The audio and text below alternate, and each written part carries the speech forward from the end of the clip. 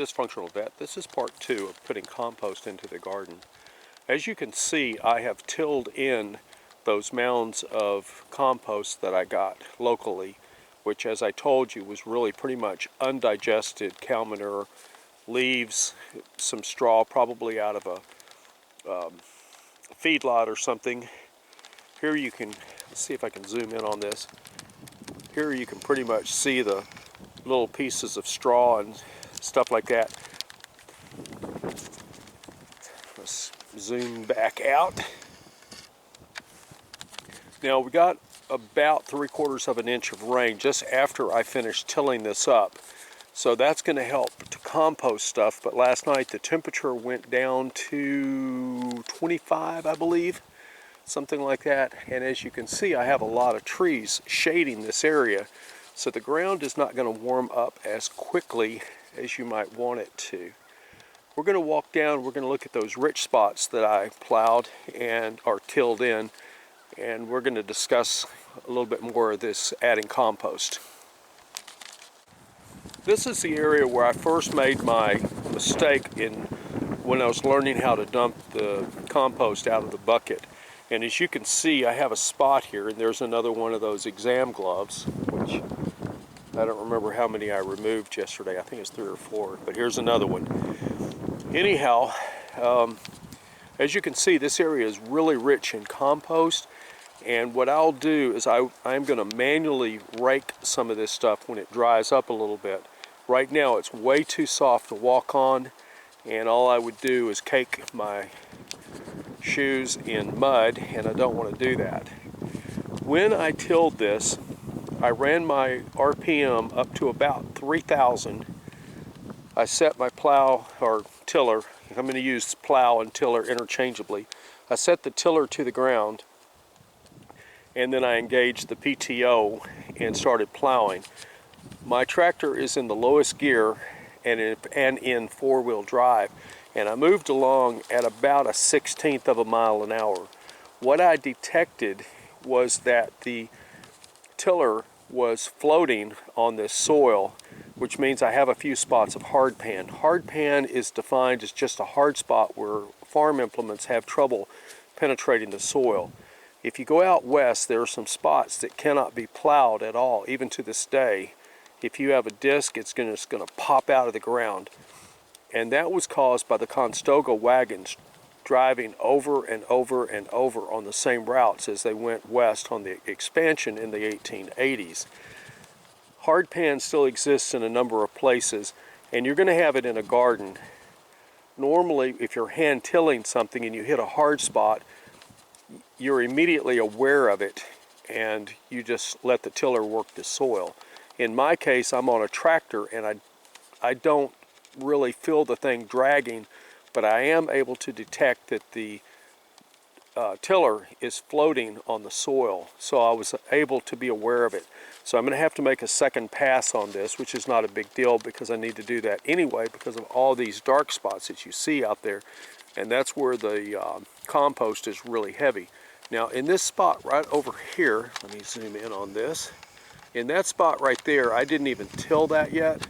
I'm going to have to come back and hit that later. That was pretty close to the fence, and I had rain moving in, and I wanted to get the majority of this worked before the rain hit. Now the smell of the cow manure is still extremely strong, which is why I'm saying that this is uncomposted cow manure and straw. It's not mushroom dirt. Mushroom dirt is compost that has been processed, actually digested by mycelium, which has produced the fruiting body, which is a mushroom, which is then commercially sold to restaurants and supermarkets for consumption. But this is where I'm at this time. I want to discuss something with you. Previously, I had onions right back here behind the garlic that you see, and I'm going to have to be weeding that garlic by hand. And looky there, fire ants. Let me see if I can zoom in on that.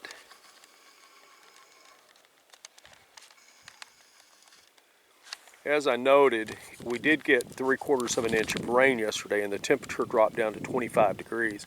So this ground is going to be fairly cold, and it was cold yesterday when it was raining. I want to say it was in the low 30s, like maybe 35 to 36 degrees. So that rain would have been cold. I have a lot of shade out here from these trees, so it's going to be a little while before I get sunshine over here. And I'm going to have to deal with that in part I'm going to have to thin some of these branches a little bit. I don't want to lose the trees, but I can thin some of these branches and get a little more sunlight in here. But I'm going to be putting onions right up there past my garlic, and I'm going to be using a product called Preen, P-R-E-E-N. What it does is it keeps weeds from growing. It's a natural, what's the word I'm after? It keeps the seeds from germinating, and I just went blank on the term for that. But anyway, it is made from soybean oil. That's pretty much all it is soybean oil. And it is completely safe to use in your garden. The microbes will break it down. It's only good for a few months, and then you have to reapply it. But that's where I'm going to put my onions, and I won't have to be watering them, and they'll get plenty of sunlight. Over here, where you see all this shadow, this is where I normally grow my peas, and in the summertime, they do very well, even without direct sunlight. One thing that I want to point out, I have a book, and I can't remember the name of it, but this one guy, he's a vegetable growing specialist, and I bought his book. I think it's called the Vegetable Grower's Bible. I can't remember. It's got a picture of him on the front with a big basket of fruit and that kind of stuff. You know, the usual marketing junk. But he was talking about the importance of rotating crops, which is also part of the garden sanitation. You want to move things from time to time. Like I grow peas over here. I don't want to grow peas over there all the time, because if there's any pathogens over there that will affect the peas, then they are going to affect the peas I'm growing.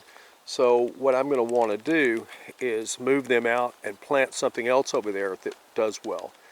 There are some spots where I tend to grow cucumbers from time to time, and they also do well in those spots, but I need to move them in case there's anything building up.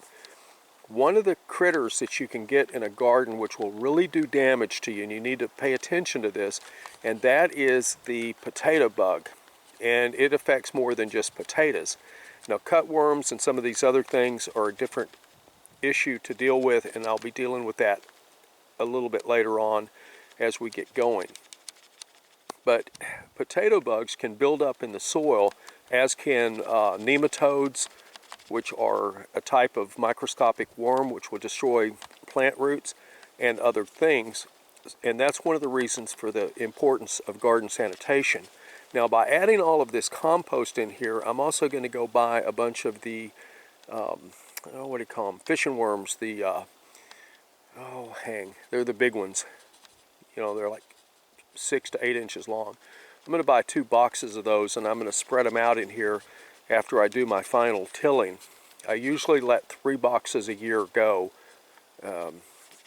I'll buy 3, say in the springtime, 3 in the summer, and 3 in the fall, and just put them in here where I think they'll survive, and then I'm very careful to protect that spot against being worked mechanically so the worms can reproduce and spread. Tilling like this does kill some of them. It doesn't kill all of them.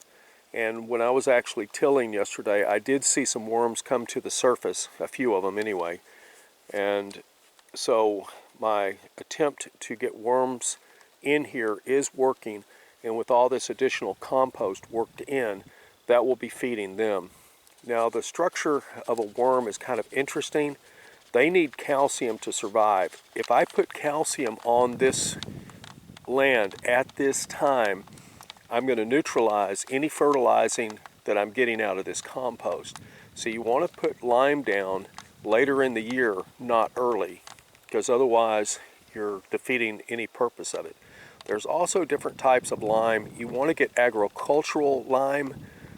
I'll have to explain what the difference is later to you, but just don't get lime and toss out. And the other thing is, make sure you have respiratory protection when you're spreading powders and stuff like that.